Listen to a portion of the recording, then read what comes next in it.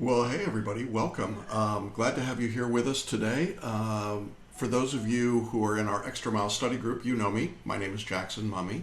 And for those of you who are listening to this as the podcast or watching on a video later, you will find out very quickly who I am, I guess. No, I'm really here. That's me.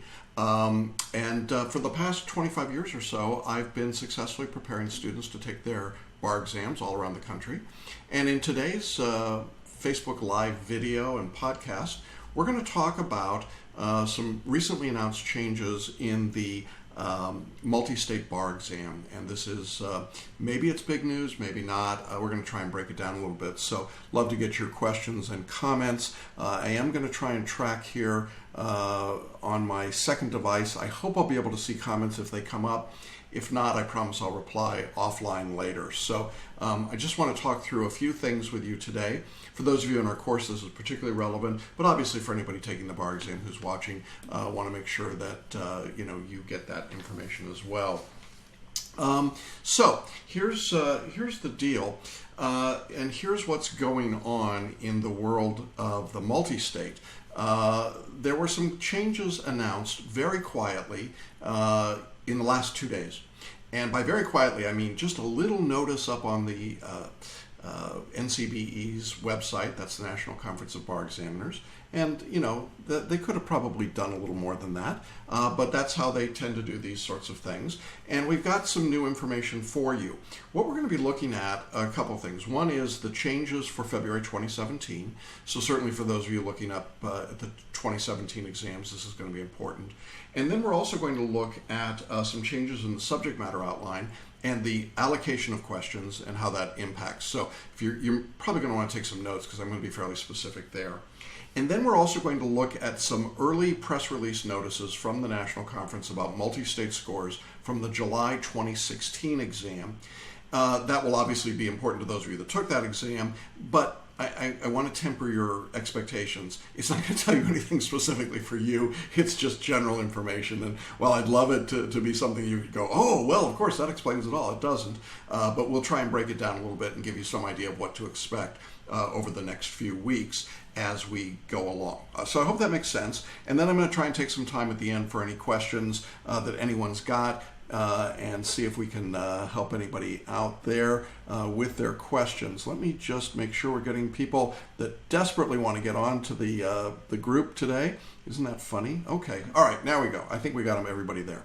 All right. Well, great. Well, let's jump in. And for those of you watching on the video, you should be able to see this particular memo and notice that came out from the National Conference. And it's an interesting sort of way to announce a big change or a semi-big change, but here is the change. As you probably know, the MBE consists of 200 multiple choice questions across 7 different subjects. Now, historically, what's always been done is that there have been a situation in which you had 10 practice questions mixed in with the 200. Now, these 10 practice questions didn't actually count for anything, but you didn't know which ones were practice and which ones were real. So that made it a little bit more challenging, I think. Well, now, here's what the MBE or the NCBE said just the other day on in a press release or on their website. They said, what we're going to do is that the MBE consists of 200 questions, 175 scored questions, and 25 unscored pretest questions. Excuse me? I mean, the pretest questions are indistinguishable from those that are scored, so examinees should answer all questions. Duh. Yeah, absolutely. The exam is divided in morning and afternoon, 3 hours each, 100 questions in each session. So, then the examiners go on to say, which I think is pretty obvious, that the 175 scored questions will be distributed evenly with 25 questions in each of 7 subject areas. Now, previously what happened was that you had 28 or 27 questions in particular subjects. It was a little bit unweighted and uneven. So the examiners don't put out a press release, they don't do anything, they just kind of quietly say this. So why did they do it that way? Well, I think that they don't want panic. They don't want, there was a group, wasn't there, Panic at the Disco? I don't know. They don't want panic at the bar exam. And so they're going for this very low-key approach to making the announcement. And I want to stay fairly low-key about this as well, because ultimately, I think it's actually good news. I don't think it's a big deal.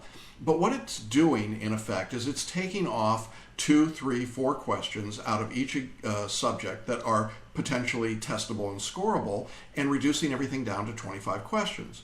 Now, in my view, if you take those questions out of some of these subjects like property or con law, whatever your particular I hate that subject is, that's probably good news, having only 25 questions. And so I think that's a good sign generally. These 25 questions that are going to be pretest questions, well, what does that mean? Well, what the examiners are doing is that they are taking questions that they'd like to use in future exams, and they're putting them in the exam to get a baseline, to get a norm line, to see if the question is a valid statistical question. Sometimes it is, sometimes it isn't. When it isn't, when it's a really off-the-wall, crazy, badass question, which happens, it sends bar takers into a complete frenzy because you have no way of knowing if the questions are good questions or bad questions, if they're the real thing or the test thing. So I want to just say to all of you right now taking the exams going forward, you're going to have to chill.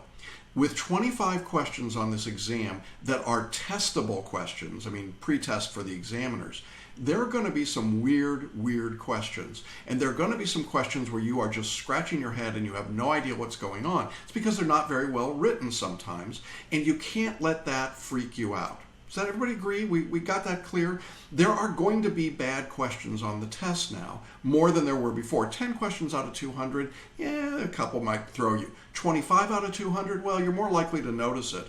And so I just want everybody right at the beginning to just take a chill and relax and recognize that some of those questions that will look completely absurd and ridiculous to you probably don't count. And the worst thing you can do is to get upset about one of those. And I've seen people do this in the past, where they get one of those questions and they assume, because they have no way of knowing is it a real one or a fake one, they think, oh my God, there's something new on the exam, there's something that's changed, oh, I didn't know that, and then they freak themselves out and they have all kinds of problems on the exam. So we don't want you doing that. We want you to just relax and work through the questions. Some are going to be good, some are going to be bad. Now, across these 25 questions in each subject, what I think is more significant, what I find interesting that virtually no one's talking about yet, and I love this when people are posting all of the, here's my, deep commentary about it. How about going to the source and just asking and finding out what's actually changed within the topic? So I want to do that for you right now. I want to talk about how many questions exist in each subject area within topics, because to me this is actually more significant than anything else. And I don't have a good visual for you, so I'm afraid you're just going to have to watch me read it or listen to me read it. But let's just walk through the 7 subjects, and I'm going to try an overview for you what's going on. The first of the 7 MBE subjects is called civil procedure. And the way that you have to think about this is that out of the 24 or 25 questions, here's what the examiners now are saying. Approximately 2/3 of the questions, or about 18 of the questions, are going to come from the categories of jurisdiction, venue, jury trials, verdicts and judgments, and appealability and review. Okay, so that's where most of the questions will come. Jurisdiction and venue obviously is the biggest part of that.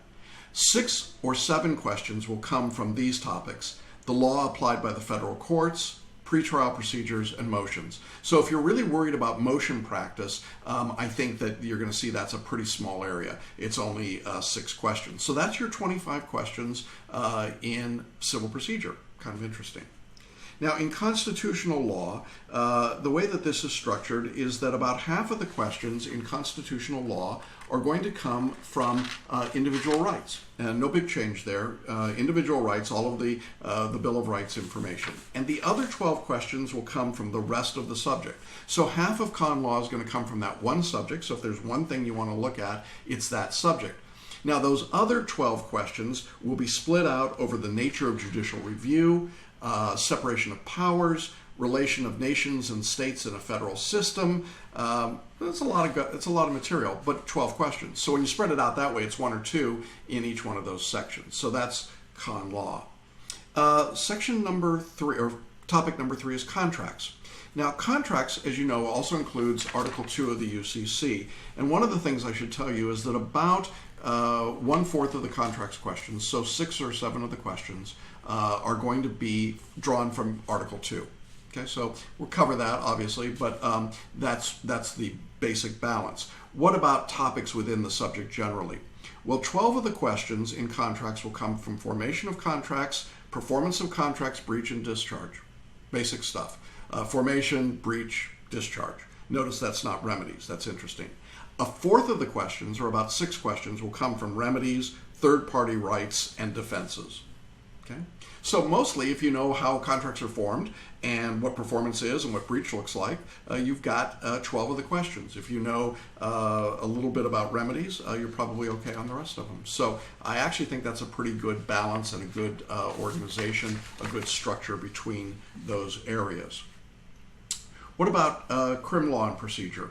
Well, here, interestingly enough, half of the questions, so 12 or 13, are going to come from the constitutional protection of accused persons, so constitutional criminal law. That's what you would normally expect. The other half, the other 12 questions or so, are going to come from crim law, homicide, other crimes, inchoate crimes, and general principles. So no big change there. 12 and 12, pretty easy, pretty balanced, I think, between the two subjects. So crim law gets 12, crim pro gets 12. Okay. Evidence, the next topic here. Well, evidence is really weird the way they did this. There are all these different categories, but here's basically what happens. Presentation of evidence is going to be worth 6 questions. So how do you present evidence? You know, refreshing recollection, objections, offers of proof, and so on. 6 questions there. Then there are going to be 8 questions on relevancy and the reasons for excluding relevant evidence. So this would be probative rule, probative value, character, expert testimony, and so on. And then there are 6 questions on hearsay. So when you're worried about hearsay, it's worth 6 questions out of 175 on the bar exam. So again, you can see why you don't have to go completely nuts. Now that gives us up to 20, and that leaves 5 questions for privileges and writings. There you go. Okay, pretty straightforward. That should make some of you feel pretty good, or at least I hope it does. All right, let's see here. Okay, just want to make sure. And by the way, those of you that are saying hello to me, I'm glad to see you as well. It's good to have you here. If you got questions, let me know. All right, now, let's move on past evidence. We go to property. Property does have some changes, and I want to just highlight these for you. I love the way only the examiners could do it this way. Approximately 1/5 of the real property questions on the MBE will be based on each of the categories 1 through 5. Okay, so there's 25 questions, 5 sections each gets 20%. Yeah, okay. Really? I mean, whatever makes you guys happy, I guess. So here's the way it breaks out. You're going to get 6 questions on ownership of real property. You're going to get 6 questions on the rights in real property. You're going to get 6 questions on real estate contracts. And then, wait for it, I know many of you are very excited, you're going to get 6 whole questions on mortgages. Oh God, please, I'm so happy. We get the 6 mortgage questions and we can finally get past the whole, there were 30 mortgage questions that I hear every exam. No, they're going to be 6. The examiners have finally said that's what we're going to do, 6 questions. So that's good news, and our editors are feverishly working, even as I speak, to make sure that you've got all the right information for that. I promise that you will, and you do. And then 6 question on title, okay? And that's it. So when you get all of those put together, that's what you're looking at in property. The only big change, and the big change there is mortgages, now being officially its own separate subtopic within property. So I'm excited about that. I know people will be thrilled to have that. In terms of torts, our final subject, half of the questions, so 12 or 13 of the questions, will come from negligence, pretty standard and what I would expect, and the other half will come from intentional torts, strict liability, products liability, and other torts. So there you go. That's what the changes are to the MBE. The truth is, if you actually have been following this really closely, not much change. I mean, the 175 breaks it down to 25 per topic, and then you get about 5 or 6 questions in each of these different subjects. So that's what we're dealing with. That's what the multi-state is about. The examiners tried to keep it as low key as they possibly could. So I hope that makes sense. I hope you guys are following along with that. If you've got any questions, make sure to let me know. I will do my very best to respond to those. Let me see. No, I think we're good here. All right, good. Moving on. The next part of what's happened is that we've got some information about the July 2016 exam. And I want to start by showing you and reading, for those of you who are listening, a memo that came out to law school deans earlier this week from the president of the National Conference, Erica Moser. And she says, I wanted to update you about the exam, the multi-state bar exam. Scoring of the 2016 July MBE has been completed. Okay, good. The national mean score is up slightly from 139.9 to 140.3. Oh boy, let me think. That's 0.4 is the change in the mean. Yeah, I know all of you are jumping up and down because 0.4 change in the mean, you can barely control yourselves, right? So here's what it actually means. 49 states in which the scores are reported, but excluding Guam, Virgin Islands, and Palau, the jurisdiction mean increased in 22 jurisdictions, it fell in 26, and there was no change in 2. Okay. So what does that mean? What is she talking about when she goes to 22, 26, and 2? Well, what she's saying is that in 22 states, we've got the mean average score going up, but in 26 jurisdictions, it actually went down, and in 2, it didn't change at all. So you're probably saying to yourself, rightfully, did it go up in my jurisdiction or down? Well, we have no way of knowing. She didn't tell us. And she also makes clear that it's up to each state as to whether or not they want to disclose that information. So it'll take us a while to find out. Well, what does a 0.4 change overall mean? Not much. It means that the exam was at least no harder in most places than it was before, but these changes are really more related to who took the exam. So here's my, recorded for all time on the internet guess. I would say that in large jurisdictions like California, New York, Florida, Texas, those big jurisdictions, that the MBE scores probably went down overall. That's just based on historical averages and numbers. I would guess that the numbers went up in some smaller jurisdictions, not because the test was any different, but because there are just fewer people. And in the July exam in smaller jurisdictions, typically you've got fewer bar takers and more third-year law students coming out. They tend to have slightly higher scores. And so I would expect that that score would go up in those jurisdictions. But in a heavily tested jurisdiction, even New York as a UBE, there's still lots and lots of people taking the test, obviously. So between New York, California, Florida, Texas, those 4 states alone, I feel like I'm, in the 538 podcast these days. But in those 4 jurisdictions alone, that's probably enough to weight and bring the average down. And typically, we've seen those scores going down. And I just want to give you a sense of what that looks like here. When we look at the national mean scores from 2006 to 2015, you'll notice that they've been steadily going down quite precipitously. From 2006, the mean MBE score was 141.5, and in 2015, it was 138.7. So this change shows a slight uptick. It could be good news. It's certainly better than it going down, but I want to make sure that you don't get overly excited about that. Now, if you want to see the difference between February and July mean scores, this graph would show that to you. The 2015 scores, in February, the mean was 136.2. In July, it was 139.9. In other words, when you get more people, more first-time takers taking the exam, which is typically in July, the mean usually goes up. So this is not a huge surprise. I think what's really indicative about it is that it went up such a small number, and that we had 26 jurisdictions in which the numbers did not go up at all. Remember that what she's saying is 26, so more than half of the country, the MBE actually fell. Why do we have this increase in the 22? Hard to say. It'll probably become clearer as we start to get some big scores in. I think when we start to see Florida in middle of September, that will be the first bellwether. There's some small jurisdictions that report before that, but I think Florida will be the first sort of canary in the cage, if you will. Now, I also want to point out something else that Erica Mosier said in her memo, and that was that effective in February 2017, they're going to release information to the jurisdictions that will show the national percentile in which individual examinees fall in each of the 7 MBE subjects. They are not going to report numeric subscores. In other words, you're not going to hear or see how many points you got right or questions you got right out of 25 in torts or contracts, whatever it might be. But the information would tell an individual examinee how they did by subject in comparison to all other test takers. And we don't know if that's nationally or in your state on a particular administration date.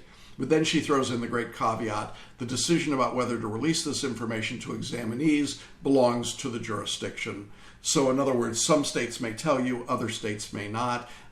Gee, how exciting, how thoughtful of them.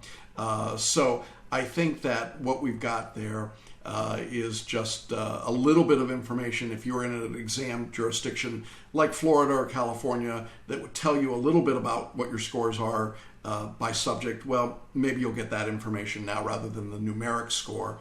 If you're in a jurisdiction like Georgia that just gives you a pass-fail score, or not even a score, just a pass-fail result, then you're not going to get that information most likely.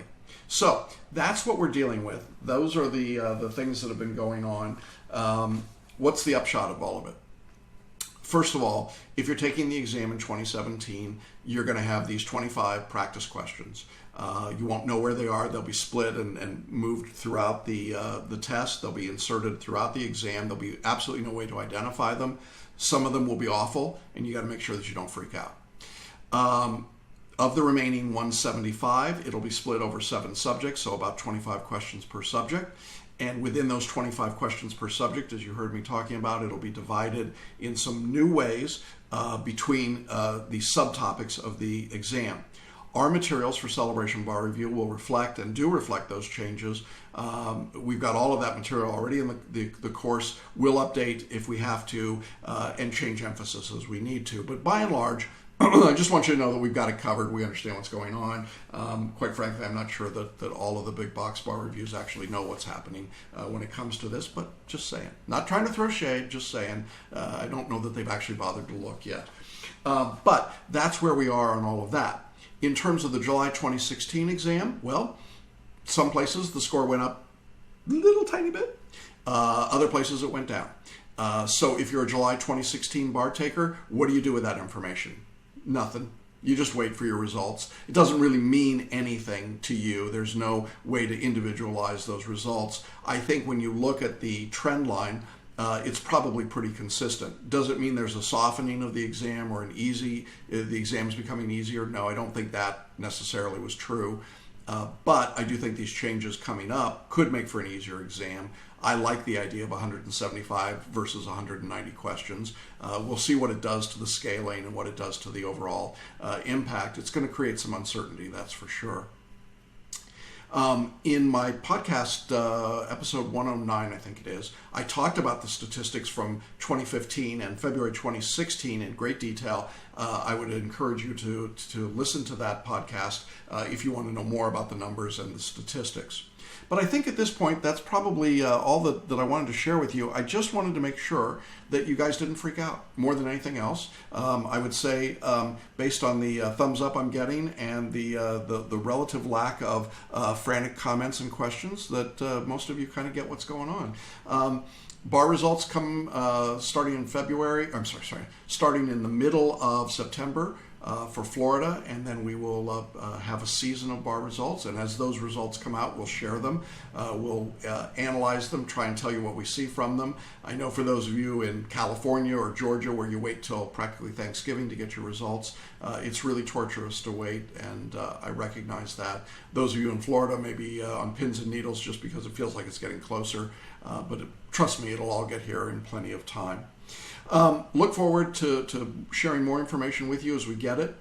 Thanks for being with me today on short notice, and thanks for checking in with us, and look forward to good results for everybody as we go along. So that's it for today. Take care. Have a great weekend.